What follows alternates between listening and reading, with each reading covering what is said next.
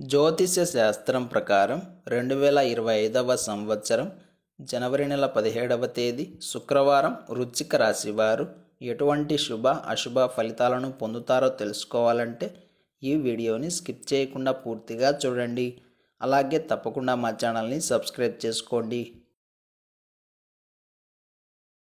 ఈ జనవరి 17వ తేదీ శుక్రవారం రోజు వృశ్చిక రాశి వారు ఎగిరి గంతులేసే ఫలితాలను పొందుతారు.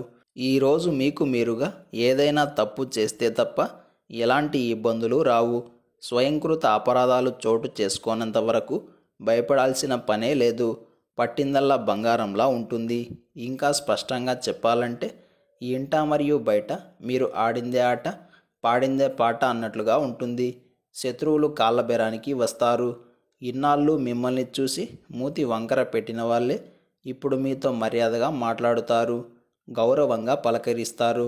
సమాజంలో ఖ్యాతి పెరుగుతుంది. ఎప్పుడో మీరు చేసిన ఒక మంచి పని వలన ఈరోజు మీకు ఆనందం కలుగుతుంది. అందుకే కర్మఫలాన్ని పొందడానికి ఈరోజు మీరు సిద్ధంగా ఉండాలి.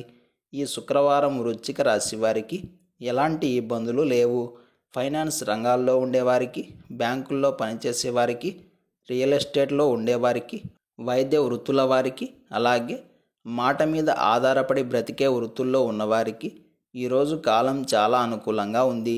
క్రయ విక్రయాలకు మరియు పెట్టుబడులకు కూడా టైం బాగుంది. కళా రంగాల్లో ఉండేవారికి నూతన అవకాశాలు అందివస్తాయి. వాటిని అందిపుచ్చుకునే ప్రయత్నం చేయండి. మీనమేషాలు లెక్క పెట్టుకోవడం కాదు, గబగబా పనులను పూర్తి చేసుకోవాలి అన్న హడావిడి కూడా ఈరోజు మీలో ఉంటుంది. మొత్తం మీద వృశ్చిక రాశి వారికి ప్రయాణాలు, సినిమాలు, షాపింగ్లు, షికార్లు అన్నీ కూడా అనుకూలంగా ఉన్నాయి. ఈ శుక్రవారం రోజు వృశ్చిక రాశి వారు నలుపు రంగు దుస్తులను ధరించకండి. నృసింహ కరావలంబ స్తోత్రాన్ని పారాయణం చేయండి. ఈ శుక్రవారం రోజున ఉన్నటువంటి తిథి చతుర్థి, నక్షత్రం మఖ నక్షత్రం, రాహుకాలం ఉదయం 10:30 నుండి 12 వరకు, యమగండం మధ్యాహ్నం 3 నుండి 4:30 వరకు, దుర్ముహూర్తం ఉదయం 9:06 నుండి 9:50 వరకు, తిరిగి మధ్యాహ్నం 12:48 నుండి 1:32 వరకు. శుభ సమయాలు మధ్యాహ్నం 2 నుండి 2:50 వరకు. అలాగే ఈ రోజు యొక్క పంచాంగం ప్రకారం రోజువారీ సాధారణ కార్యక్రమాలకు మాత్రమే కాలం అనుకూలంగా ఉంది.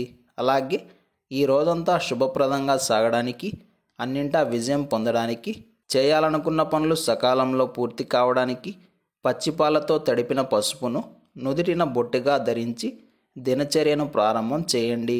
అదేవిధంగా గణపతి స్వామివారి స్తోత్రాలను కూడా పారాయణం చేయాలి.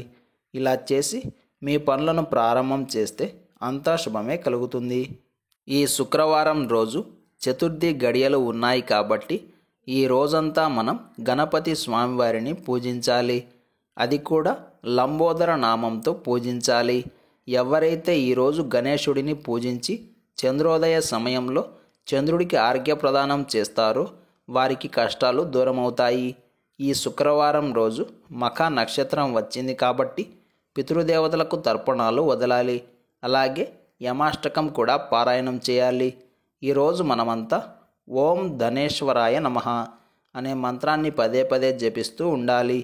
ఈరోజు సాయంత్రం గణపతి స్వామివారి ముందు నెయ్యి దీపం వెలిగించి తెల్ల జిల్లేడు పూలను సమర్పించి లక్ష్మీ గణపతి స్తోత్రాన్ని పారాయణం చేయాలి.